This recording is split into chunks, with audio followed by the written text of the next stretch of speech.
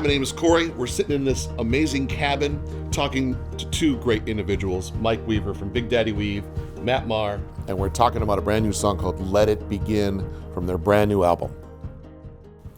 The first thing I think of when I hear that song is the ending, and your voice cracks a little bit. Was that your idea to leave that in there? Was that a producer's idea? Because it shows flaw. I don't mean that in a bad way. It's just like when it gets to the end of the song, I feel, oh, something just happened. What was the thought behind leaving that in there? I think just it was the most real take. I think that's what Jeremy plays guitar for Big Daddy Weave, but has produced all of our records, and so he spends a lot of time hearing me sing the same line again and again and again, and then we try to go with the most real thing, and I think that's in Big Daddy Weave for 26 years now. Cool has never really been in our repertoire, you know what I mean? But I think that what the Lord has used has just been the heart of it, and I think that's what you're hearing is heart. Did you need to be talked into to play that when you first heard it, or were you like, I'm good with that? No, I think he had heard throughout the entire recording process a lot of falling apart. Yeah. Because we're so connected to these songs, and I think that's the last note of that. And I love that because the song is called Let It Begin, Let Healing Begin. We're not all the way there yet, and but I love that the Lord is with us through the entire process, and I find that He's especially there when it breaks at the end, Yeah, I think on this side of heaven, it should feel a bit like an undoing. Yeah. As much as a start, because we live in a flawed world. Yeah. So anytime we're going to experience renewal or healing, there's some kind of breakdown that's happening. I mean, it just like on a human level, it's like our bodies aren't. It's like what you're saying, like we're not perfect. Right. And so there's that. To me, that was like that same thing. I love that you asked that question first, because that's my favorite moment of the song. Was how when I first heard a reference mix where they were at a certain spot in the tracking process and Mike's vocal had been cut, and it was like I think that was the first thing I said to you. I was like, please don't change that ending. Yeah. Because I can hear you. I hear your heart and your tenderness for God and your willingness to be a vessel, which is really... I think what is something that we've learned over the years, I felt for a long time, we thought that what God was looking for was like this, victory testimony on our part, or we could be like, we could be like the Olympian or whatever, and be like, and celebrate this great gift that we had or whatever. I find like people connect with that less than anything. But then in this vulnerable moment when everything hurts and it's falling apart and it's ugly, it's the least thing that you're interested in showing anybody. Then Jesus takes that thing and uses it to connect with people, because that's the common ground for all of us, is that we're all falling apart. We're all have some kind of thing that, we don't want to show somebody. Yeah. And that you secretly may wonder if you're the only one, And then you find out it's all of us together, man, and that we're in this together, and He's in it with all of us, And that's a good feeling, It's a good thing to know, Favorite Matt Maher song? Dude, see, I don't know if you can say that. I mean, so the first time I thought Chris Tomlin had written this amazing song, Your Grace Is Enough, right? I hear this, and that's how we discover who Matt Maher is years ago. Yeah. And man, but just about every Matt Maher song since then, man, blesses me so much. I was recently with a friend of ours, Jesse Reeves. Oh, yeah. And he was sharing the story behind Lord, I Need You, which I'm telling you is, again, that place of falling apart and just really just desperately just declaring our need for Jesus. And man, it is it hits me every single time we sing that song in church, and I love it. I love leading with my children the Lord's Prayer, man. Oh, Father, wow. let your kingdom come. I love it. That's my most recent favorite one. And so and hearing my kids sing that, us singing harmony together on that, leading that with a bunch of inmates in jail, man, and Really? they're singing, Father, let your kingdom come, and I'm like, dude, Wow. I love it. I love it. It's all of it's so singable, man. It's like which is so cool that even how this came about. I love all of it, man. What a gift. What a gift to the church, really, I do want to make a joke that I'm just wondering what the publishing check for Jesus is on that one. Because Lord's Prayer. Yeah. Well, for them all. I mean, plagiarism is the highest form of flattery. Yes, yes. So we flatter God a lot. I'm assuming because this is your album you're working on, you called him. Is that how this worked? It's so wild. It's so wild. So, and to back up, when my brother passed away, who was the bass player of Big Daddy Weave, that was pretty much the hardest moment that I faced in this life, is learning how to do life without him, because we were together in everything, in ministry and shenanigans and every kind of thing, he was the little brother, but he kind of functioned like the big brother, and so for 20 plus years we were together in Big Daddy Weave, and some of the greatest memories of my life are with him, and now I'm looking at this spot on the stage where he used to be, and it just hurts and it's falling apart. But not only is Big Daddy Weave a ministry, it's also our job, and you got to go to work. And it had been years already since we had put out a record, and it's time to write for a record. And the only thing I've got is hurt, And so I went to see the other Matthew in Christian music, and Matthew West, and we had written together, and they just let me grieve, honestly, for like an hour. And then at the end of me crying on them and telling them deep, hurtful things and all kind of stuff, Matthew West turns around his phone and has like 9 song titles, because he knows how to turn heartache into a song, man. He's an incredible songwriter, But so the titles of these songs, we had this breakfast and invited all these songwriters to it. And I just shared my heart. And then we shared the titles of these songs. We're like, these are the kind of songs we want to write. And one of the songs that I wanted to write was called Let Healing Begin. And so actually our friends at the label kind of videoed us talking about it, sent it to other songwriters. And we're like, these are the songs that we're going to write. In the midst of that process, I get a call from Matt Maher just going, man, I've got this song that just won't leave me alone. We wrote it a few years ago, He didn't say that at first, actually, because he was saying, I have this song called Let It Begin. And I was just kind of like, he must have seen the video that we were sharing, that we wanted to write this song or whatever. And I listened now to the track. He goes, I just can't stop thinking about you for it.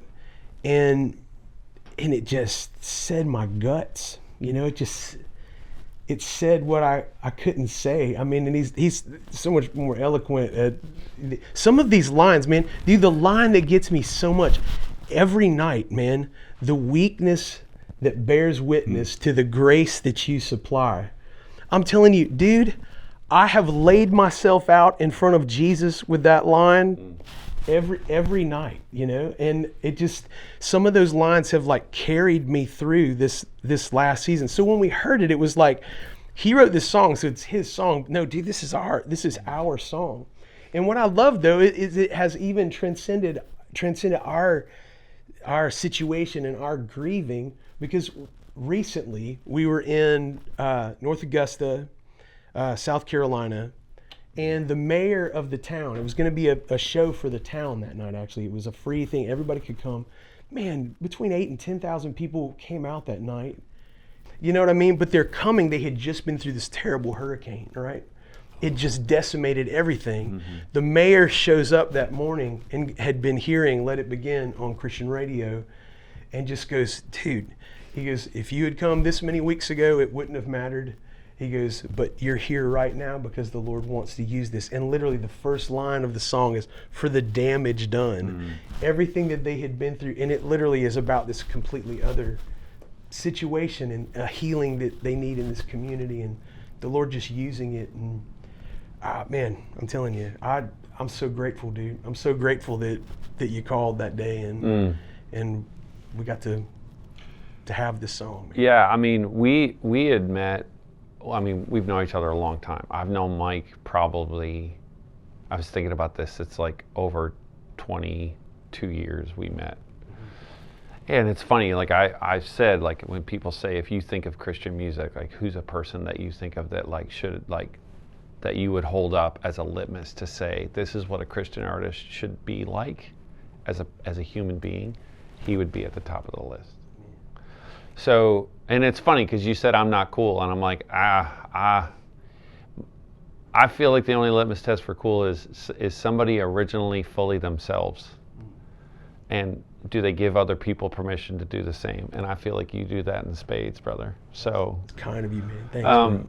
So we had done a Christmas concert that was like a bit of a hodgepodge in Phoenix, and I was on a tour, and Crowder was the headliner, and he had been double booked, so he couldn't do it. So I was like, let's just do like a Christmas variety show and get like as many artists who can come. And Mike came, and we had done this version, which we really do need to record this, of I'll Be Home for Christmas.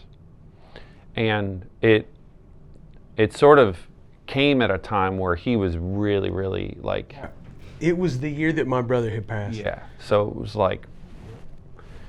And so we came up with this bridge. We're just singing like, I'll be home. Like, I'm going home. So like, it, as a believer, thinking about that song, from a standpoint of like, if we've lost people that we love and that this world is not our home, it was a real tender moment. And I remember that night vividly, and how much Mike, in some ways, like really did like kind of let people in. So there was this, and there was like plenty of room. That's the power of God, right? There's plenty of room for everyone's story and everyone's hurt and everyone's heartache, because it's not about us, you know. And so I'd had a song laying around that was written during the pandemic. It was written in 2020. It was like in the height of the pandemic. That's so wild to me, man. But it just felt, I'd already, true confession, I'd already had a song come out.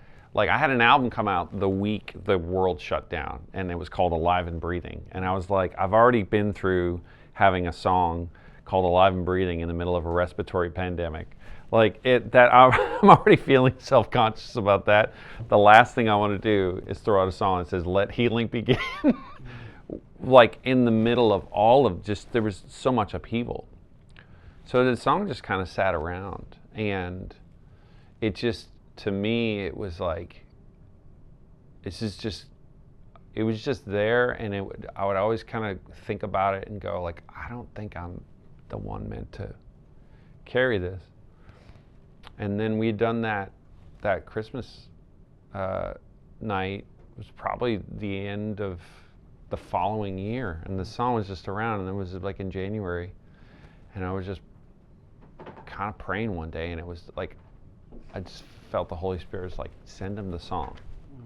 It's like you have passing thoughts like that, but I think it's also a weird thing, because I was just thinking of you as a person, and just going like, man, I don't know how hard it must be to try to keep going, to do this. So it's like you've been doing this for so long, and it's like to have a brother with you on the road, making records, like writing songs, like it's just such a intimate thing in enough as it is, and then for it to also be family, and then to try to have the guts to keep going. So I waffled on sending it for a couple of weeks, because it just was like, I don't want to be insensitive, but I just kept, it's that thing where God just kind of gently nags at you, you know? So yeah, and it was a relief to kind of hear that you connected with it, like as a person. Yes, well, in such a big way. I think it's an epic sounding song too. We were talking about, there's so many parts of the demo of that song. As we're listening to it, I'm going, that was on the demo, that was on the demo. You know, just so many great ideas and so many great little pieces, little parts that are in the song that are still there. You know what it's like though when you're writing, and there are some days when a song is more like you're chipping away at a piece of granite. Yes. And like you can see it.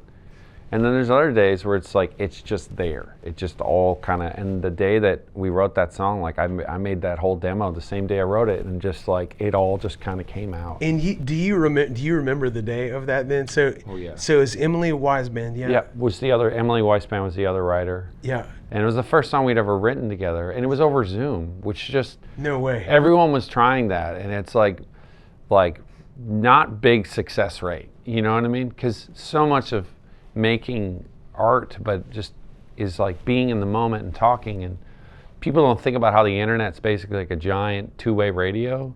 So it's like you can't talk at the same time. It's very hard to process something at the same time. Yeah, right.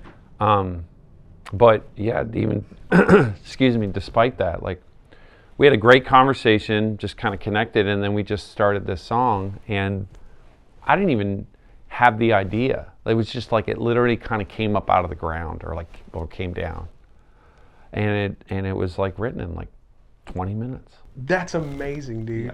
Because some of those lines to me are so big. They're such like heavy and just so much weight to the lines, you know? I think it's stuff that like I was very like focused on at that time in my life too. I was like, my dad had passed away several years before, and I was kind of forced to slow down like everyone during the pandemic. You can't tour, you can't play shows, so you're kind of confronted in some ways with a lot of, you know, parts of yourself, and then just sort of like that, you know, sometimes like when you're a songwriter, like you're like a sponge to like everyone else's like emotional output, and you just kind of pick stuff up that inspires you, or it inspires something in you in your own story. And so I think a lot of it was that, and the idea of having a song called Let Healing Begin was something that, it's funny, like, because I called it Let It Begin. I tried to write a song even longer ago called Let the Healing Begin, and it never came. And I think it's a big idea. So sometimes, like, you know, some songs, it was like a title's a big idea, and it becomes a bit of a white whale. Sure. You know what I mean? Like you're like, I can't land this thing. And it's just a reminder that I think those songs, like, they have to come, like, even as, you know, it's like, oh Lord, I need you, comes out of a very personal place. Yes. You know, or, you know, I mean, I think of so many of your songs, but like My Story, like obviously there's the hymn that was there, but I can tell like you're singing from a very personal place. And I'm sure with a lot of the other songs on this record, it's the same thing. It is. It's the power of God that connects you with But on this record specifically though, man, and this is why I'm so grateful for you and for this song, is that like in this time, there are days of going in the writer room and you're like, there's so much in there, but I can't say it because I feel like I'm dying, you know? And so when you get a song, when somebody's just like, I just have a sneaky suspicion, and then you're like, no, dude, that just read my entire insides in a way I couldn't even say what you just said, but literally it just validates everything in my heart, you know? And it's such a gift to us, you know? And the fact that it wasn't a ballad too, bro, you know what I mean? It was like that you can have a weighty lyric and you can have all these things that we need to say, but not play the 8th slow song in a set, you know what I mean? It's like, you know, it's just such a gift, man. It was, and it really is. And it's kind of this raise your glass like kind of moment over the night, because everybody's got their own stuff that they're bringing in there, you know? And I do think that after what we've been through in the last few years, people kind of feel safe to bring that there, you know? They know that we're not going to judge them, and we know that, you know, we understand that it hurts, but we also understand where to take the hurt, you know? Do you think some of it too is that, like, I mean, I'd love to hear what you think too, Corey, like we're kind of at a place now where people are being more honest about their stories and about, like, when we say a phrase like, you know, let healing begin, like that can mean a lot of different things. Yeah. And it feels like our capacity as the church in holding space for that is getting bigger.